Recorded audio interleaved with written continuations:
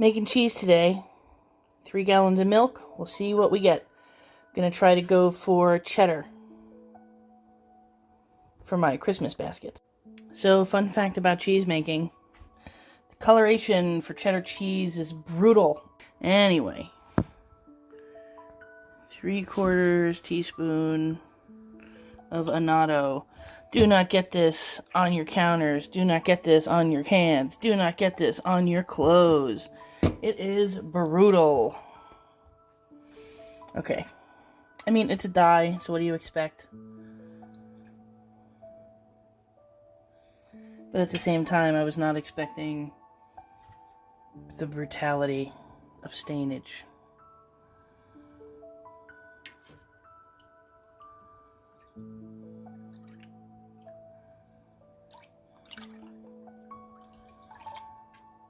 And as our cheese loses its way,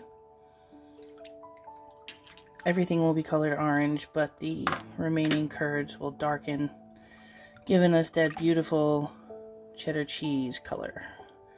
This actually looks like a perfect American cheese, which I probably will not try to make.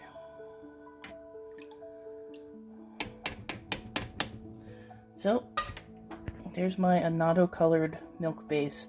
So far I've added calcium chloride and the annatto and been doing temperature and resting. I also added the mesophilic culture earlier, so it just rested for an hour. And we'll check back in later. So what we've done so far is heated 3 gallons of milk to 85 degrees, stirring slowly to distribute the heat, turning the pot off at 85 degrees, and adding 1/4 teaspoon of mesophilic culture.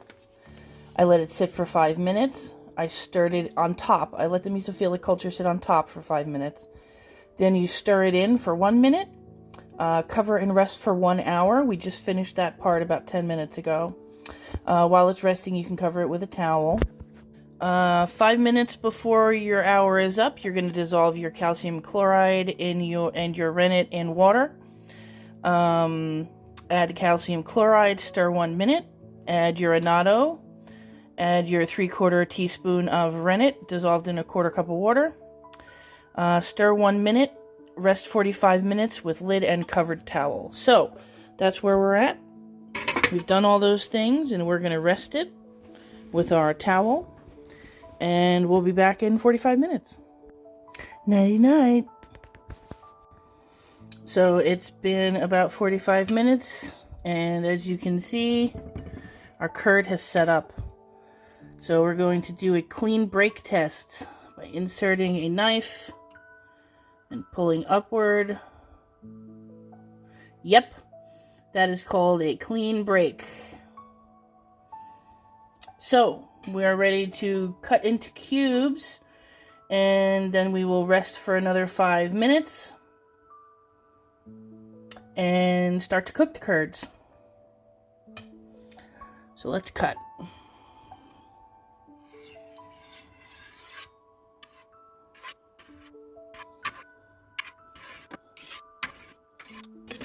Take this guy out of here temporarily.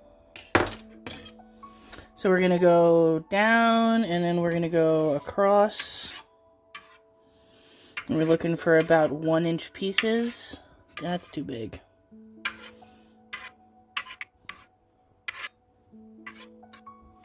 And we also want to go across. So we're going to insert and cut this way.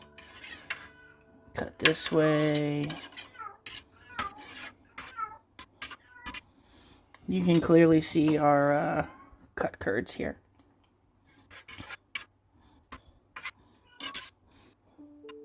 Boy. So now we have our cut curds. We have cut the curds, and now we're going to cover and rest for 5 minutes to heal the curds. Happy healing, get well soon. 5 minutes to heal has elapsed, and now we're going to heat back to 100 over the course of 30 minutes. While it's heating, we're going to stir very gently. And also be very careful to make sure the temperature does not go over 100 degrees. So we covered and rested the healing curds for 5 minutes, and then I turned the heat back on to get to 100 degrees over 30 minutes. While that was happening, I stirred very gently and periodically. I've been focusing on keeping the temperature at 100 degrees, and after 30 minutes, I turned off the heat. So now I'm stirring a few times over the course of 30 minutes with the lid on in between. And you can see our curds are starting to firm up now.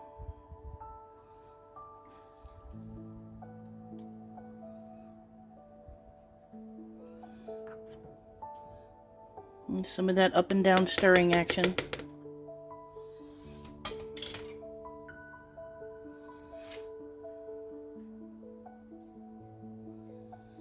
We'll put our lid back on.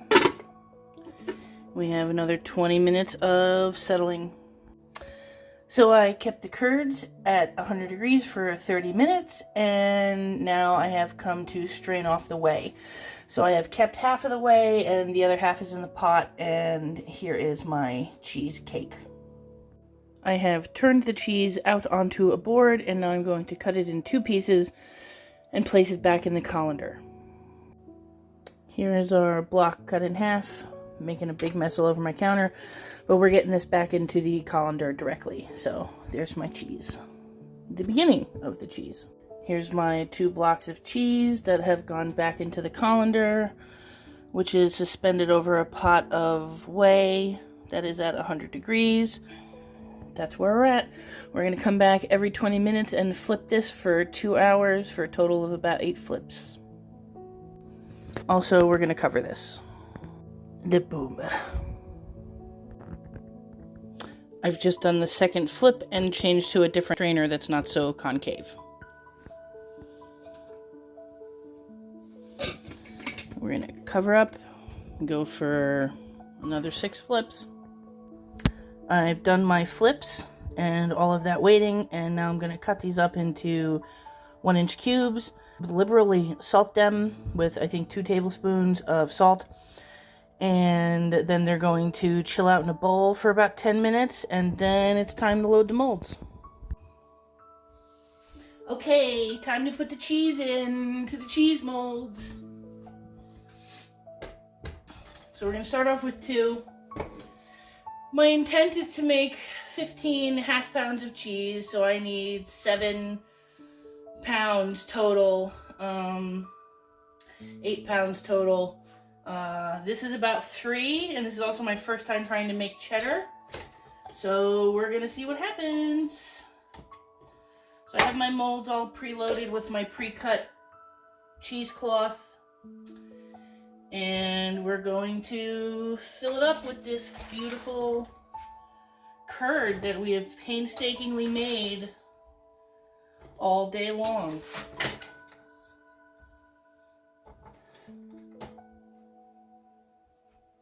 We made cheese for 8 hours today.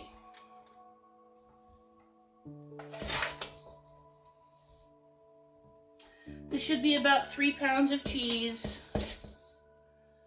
assuming it works out like mozzarella does. It was 3 gallons of milk that I started with, and here we go. Nice. I'm going to try to fold this nicely. Actually, it doesn't matter because the final pressing is without the cheesecloth, so that doesn't matter. So here's our first one.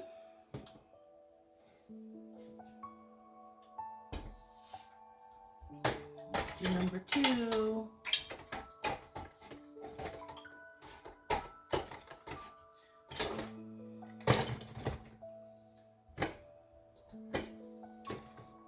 Follower out.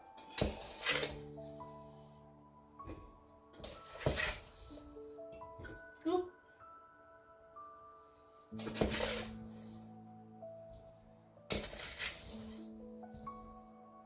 These curds have been salted with 2.5 tablespoons of salt.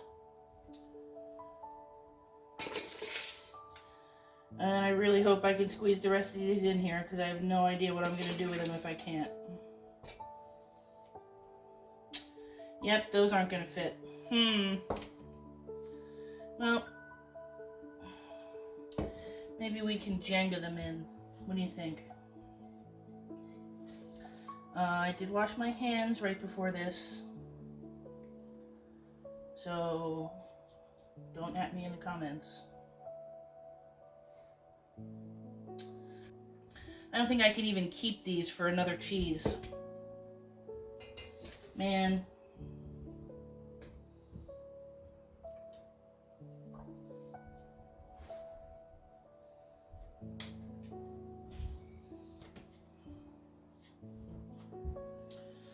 Alright, well, that's our first pressing.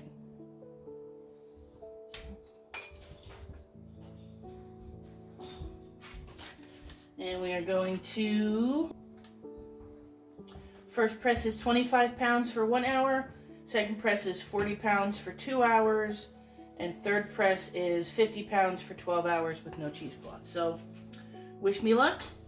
Those are my cheese things. So we did an hour and a half for our first pressing. And this is all the way that came out. So we're going to up the weight now to 40 pounds and continue.